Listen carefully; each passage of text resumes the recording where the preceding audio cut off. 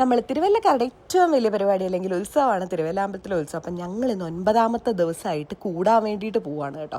ഞാനും ജാനിക്കുട്ടിയും അച്ഛനും അമ്മയും കണജനും ഒക്കെ കൂടെയാണ് പോകുന്നത്. അവിടെ ചെന്നിട്ട് അവിടുത്തെ കാഴ്ചകളോട് ജാനിക്കുട്ടി എങ്ങനെയാണ് പ്രതികരിക്കുക എന്നുള്ള കാര്യത്തിൽ ഞങ്ങൾ ഭയങ്കര എക്സൈറ്റഡ് ആയിരുന്നു കേട്ടോ.